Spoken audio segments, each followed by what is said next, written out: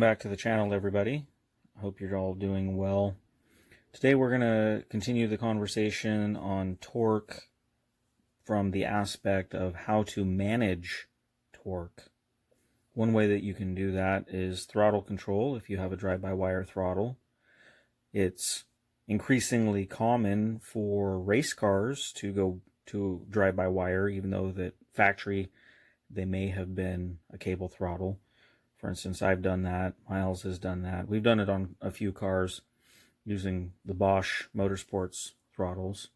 A lot of factory cars have used drive-by-wire throttle bodies for this exact purpose.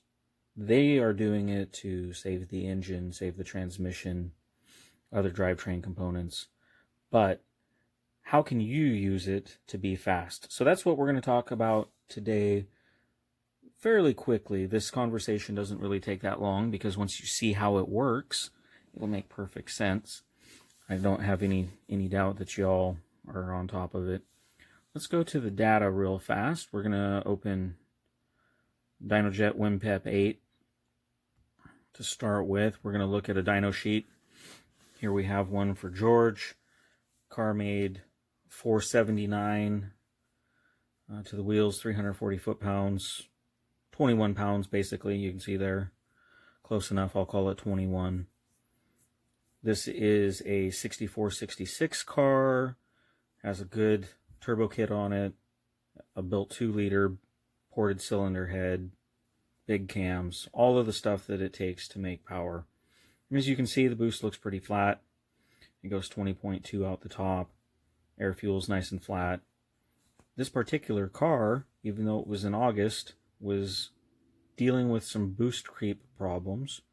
One is because it had a hood exit exhaust, so it didn't have any back pressure. And the engine was just efficient, so that creates a lot of drive energy to the turbo. Big issue is this car had to be on low octane for the most part. So we had to figure out how are you going to keep this thing together if it wants to run no less than 24 and possibly higher. And you'll see here very shortly that it actually ran higher than that pretty easily. So the way we do it is throttle control. If we switch to access port software, this particular car was on an access port. Right here you can see that starting about 4,500 RPM where the turbo was spooling, and definitely by 5,000, I have the throttle limited to 50%. You can mash the gas pedal as hard as you want. It's only going to make 50%. So what happens is it gets enough to get the turbo excited. It creates a system restriction. You can almost think of it as a rally car in a way. And it continues to pull through the rev range, keeping the boost lower because you're only letting in X amount. You only get Y amount of exhaust or drive energy to keep the turbo spinning. Now if we compare this to what factory looks like, that is unrestricted in the throttle department, it's going to look something like, if I can press the right button, it's going to be 90% higher. There we go. So you can see that I pulled 40% out in this particular instance, at least in Cobb's numbers. I think open source will show that that's 100. At any rate, chopping it down that much got the boost to 21. Now when we go and look at what it did, I did switch it to race gas just to make sure that it was going to be safe because I didn't want anything to get damaged. I didn't change timing. I didn't change air fuel. This is just taking the throttle restriction out. Notice what it does. It holds boost better through the mid-range. Air fuel's the same. All of a sudden the boost is coming up. It runs 23. This is on a 15-pound wastegate. All of a sudden it's starting to climb. And when we get out the top here, now we're 24.5, 24.6. 24.5 it says right there. And we've gone from 479 wheel to 550 peak 549 under the cursor. So we managed to kill that much power by keeping the throttle closed and taking 4.5 pounds of boost out, 4 pounds of boost out.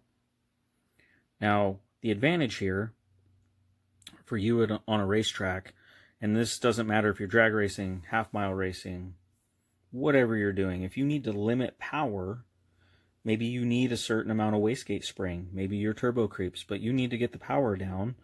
One thing you can do, switch to a drive-by-wire throttle, and you can limit the amount of throttle in gear depending on your ECU. This particular ECU, the stock ECU, only gives you one option, so he can change maps to get the boost. Some standalones, such as Motec, the AM Infinity, they give you some options for how you can use the drive-by-wire. The Infinity, obviously I'm very familiar with that. It allows you to use that as part of your traction control strategy. You can do 2 separate throttle curves versus either gear position or a mode switch.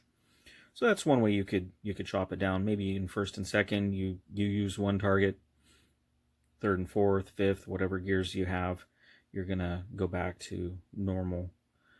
I personally have done it before on some cars that are sprung really high. I can think of a Subaru in particular. It had 20 pounds of spring on a 6870. Ran 22, 23 pounds. I chopped it to 35% throttle and got the boost down to 12 psi. And while I looked for logs and dyno sheets, fortunately I couldn't find them. I'm not sure where they ended up, so I can't show you that. I'm just going from memory, so you can choose to accept that as fact or fiction. But as an example, you can see this. You can see how much I was able to peel out of the car. I will switch shortly here to another example. Here's the other example that I had of a car that had some boost creep issues. We switched it real fast. We can see that this particular car made 18 pounds on 11 pounds worth of spring at 5,000 RPM. It boost crept to 22.8, not too bad. 22.8. Made really good power. I believe this was a 6266 car.